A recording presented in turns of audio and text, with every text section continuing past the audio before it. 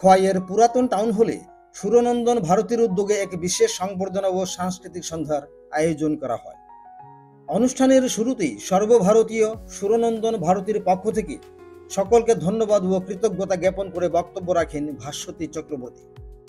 এদিনের অনুষ্ঠানে উদ্বোধক হিসেবে উপস্থিত ছিলেন ত্রিপুরা সরকারের তথ্য ও সংস্কৃতি দপ্তরের রাজ্য সাংস্কৃতিক উপদেষ্টা কমিটির ভাইস চেয়ারম্যান সুব্রত চক্রবর্তী। এছাড়াও উপস্থিত ছিলেন বিশিষ্ট সাংবাদিক ও সাংস্কৃতিক ব্যক্তিত্ব অমিত ভৌমিক, খোয়াই জেলা পরিষদের সদস্য অনুকূল চন্দ্র দাস, খোয়াই পুর পরিষদের চেয়ারপারসন দেবাশিস নাথ শর্মা, ত্রিপুরা ফোক একাডেমির সাধারণ সম্পাদক উত্তম কুমার সাহা এবং আগরতলা প্রসার ভারতীর গ্রেডেড শিল্পী ও শাস্ত্রীয় গায়ক শক্তি চক্রবর্তী সহ আরও অনেকে। দর্শকে পরিপূর্ণ হলে এক প্রাণবন্ত সংবর্ধনা ও মনোমুগ্ধকর সাংস্কৃতিক অনুষ্ঠান উপভোগ করেন উপস্থিত সকলেই। সুব্রত চক্রবর্তী আলোচনা করতে গিয়ে বলেন, দেশীয় সংস্কৃতির বিকাশে আমাদের সকলকে এগিয়ে আসতে হবে। ভারতবর্ষের একটি উল্লেখযোগ্য সংগঠন হল সুরনন্দন ভারতী, যা খোয়াইয়ের সাংস্কৃতিক বিকাশের স্বার্থে অনেকটাই কাজ করছে। আমাদের সকলের উচিত ছেলে মেয়েদেরকে দেশীয় সংস্কৃতিতে নিয়ে আসা। এই খোয়াই শহর থেকে অনেক গুণী শিল্পী তৈরি হয়েছেন, যারা শুধু রাজ্যে নয় আন্তর্জাতিক পর্যায়ে কাজ করছে সুনামের সহিত। পরবর্তী সময় ওই অনুষ্ঠানে সংস্থার শিল্পী বন্ধুরা এক মনোজ্ঞ সাংস্কৃতিক অনুষ্ঠান পরিবেশন করেন। আমাদের আজকের এই সাংস্কৃতিক অনুষ্ঠান প্রথমেই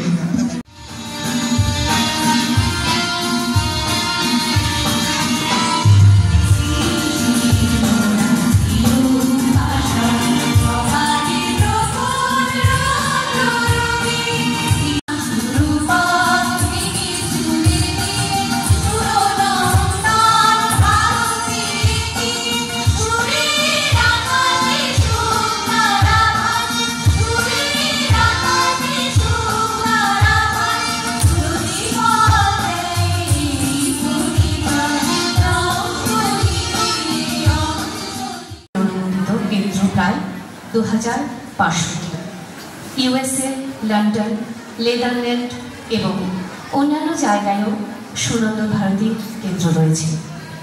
প্রতি বছর বহু ছাত্রছাত্রী পরীক্ষা দিচ্ছে এবং শংসাপত্র পাচ্ছে। সুনন্দন ভারতীর শংসাপত্র নিয়ে বহু ছাত্রছাত্রী চাকরি পেয়ে জীবনে প্রতিষ্ঠিত হয়েছে। সেই সঙ্গে সাংস্কৃতিক শহর খোয়াই সকল সংস্কৃতি প্রেমী যারা অভিভাবক অভিভাবিকা রয়েছেন, যারা শিল্পী রয়েছেন, সবাইকে বিজয়া দশমী এবং দীপাবলির অনেক অনেক শুভেচ্ছা, অভিনন্দন এবং আগামী দিনে শুভকামনা জানিয়ে, যেহেতু দীপাবলির রেশ এখনো রয়ে গেছে, আর এতক্ষণ আলোচনা শুনতে শুনতে আমার একটা বিষয়ে মনে আসছিল।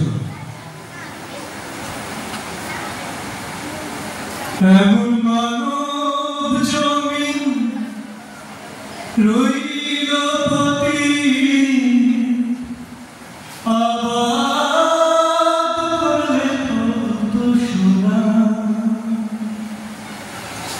আসলে আমাদের জীবন পতির চোখে থেকে যায়, সেখানে আবাদ করতে হয়।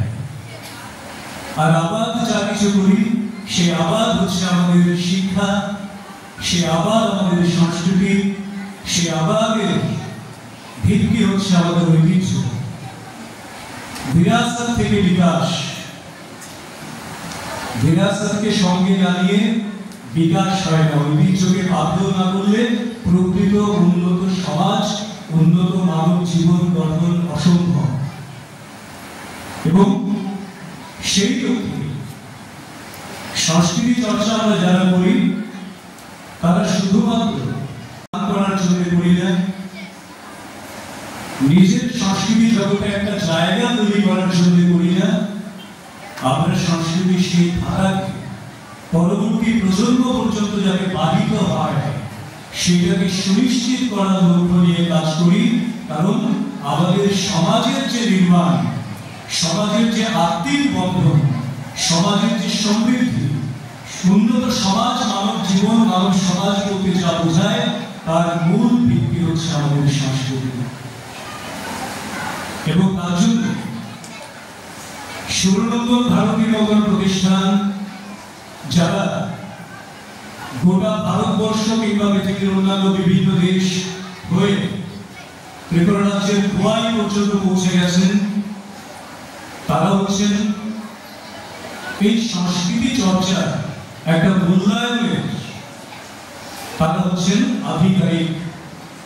ওনারা মূল্যায়ন করছেন আমার খোয়াইয়ের ছেলে মেয়েরা, আমার ত্রিপুরার ছেলে মেয়েরা কোন কোন ক্ষেত্রে বিশেষ বিশেষ কিছু অর্জন করেছেন, সেটা তাদের মূল্যায়নে প্রকাশিত হয়। কিন্তু একটা বিষয় আমার সঙ্গে আপনারা সবাই একমত হবেন, প্রতিটি ছেলে মেয়ে জন্মসূত্রে কোনো না কোনো একটি প্রতিভা নিয়ে অবশ্যই জন্মায়, এবং সেই প্রতিভাটি তার মধ্যে কোন প্রতিভাটি লুকায়িত আছে, যাকে একটু পরিচর্যা করলে, একটু সুযোগ দিলে, একটু প্রশিক্ষিত করলে তার সেই প্রতিভার বিকাশ সম্ভব। সেটা শুধু নিরূপণ করা আমাদের কাজ, এবং সেই পথে তাকে পরিচালিত করা, সেই সুযোগটা তার সামনে করে দেয়া, এইটুকু কাজ যদি আমরা করতে পারি, তাহলে কিন্তু আমাদের পরবর্তী প্রজন্মের মধ্যে আমাদের কাছে আজকের দিনের যে সংখ্যা, যে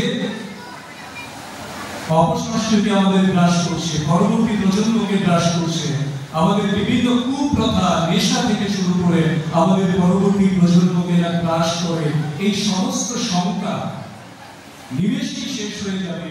সেই জায়গাটা যদি আমরা তাদেরকে করে দিতে পারি। খোয়াই থেকে প্রদীপ ঘোষের রিপোর্ট, ত্রিপুরা পাইওনিয়ার।